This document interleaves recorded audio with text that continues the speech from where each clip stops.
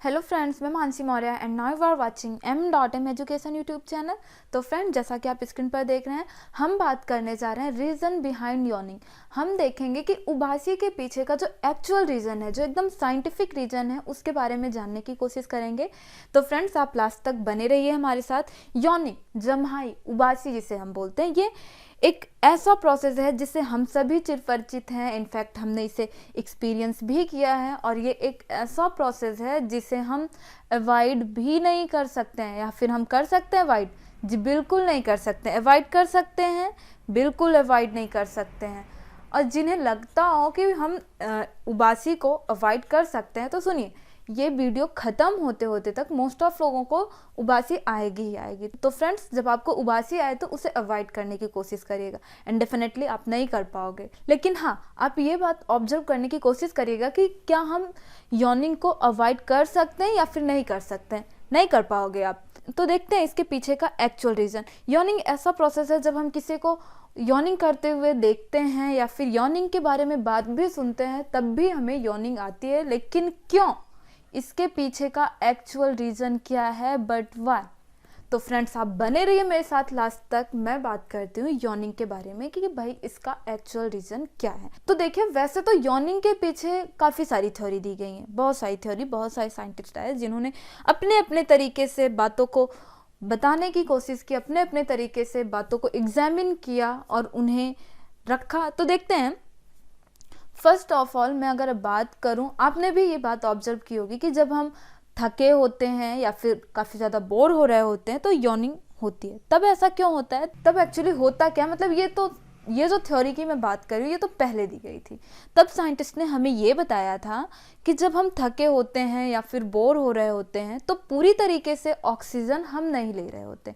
O2 की जो मात्रा होती है हमारी बॉडी में वो कम होती है एंड CO2 का लेवल ऊपर होता है हमारी बॉडी में। ओके, तो यही ऑक्सीजन और कार्बन डाइऑक्साइड का ये जो डिसबैलेंस होता है हमारी बॉडी में, इसी को लेवल पे करने के लिए, इसी को बैलेंस करने के लिए हम जम्हाई लेते हैं, उबासी लेते हैं। आपकी लैंग्वेज में जो भी कहा जाए, हम उबासी लेते हैं और ढेर सारी फ्रेश एयर हम अपनी बॉडी के अंदर लेते हैं। ढेर सारी फ्रेश एयर जम्हाई के थ्रू फ्रेश एयर लेते हैं और लंग्स में जाती है और क्या करती है, CO2 को बाहर कर देती है। और ये ऑक्सीजन और CO2 का ये जो डिसबैलेंस था, ये लेवल पे हो जाता है और हम थोड़ा फ्रेश फील करते हैं। तो जो मॉडर्न साइंटिस्ट थे, ये तो इस बात से सेटिस्फाई नहीं थे, तो उन्होंने अपनी जो थ्योरी दी उसके बारे में बात करते हैं। और ये जो पुरानी वाली थ्योरी थी, इसे हम और क्या बोलते हैं?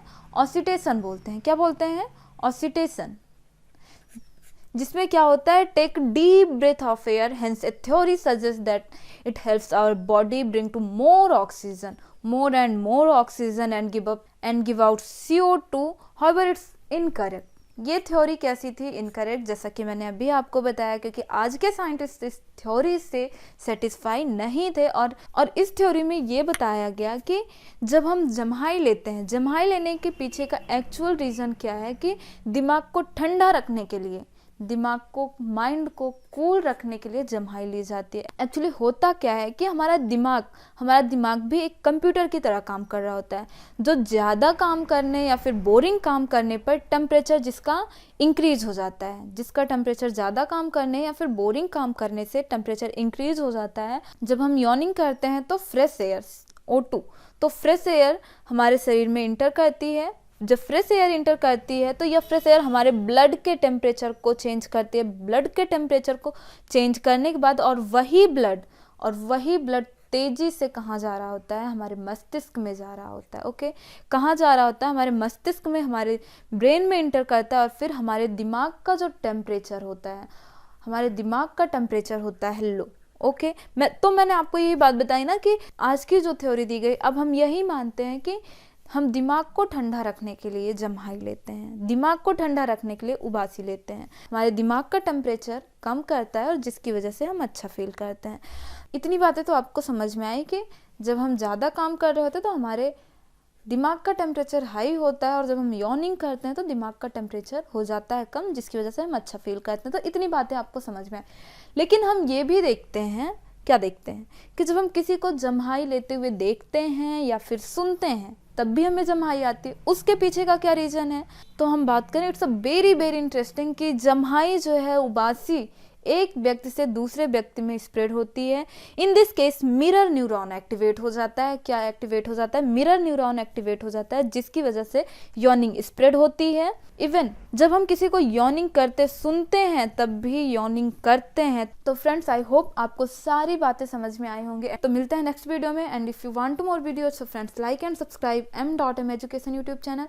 And thank you for watching this video. Bye bye.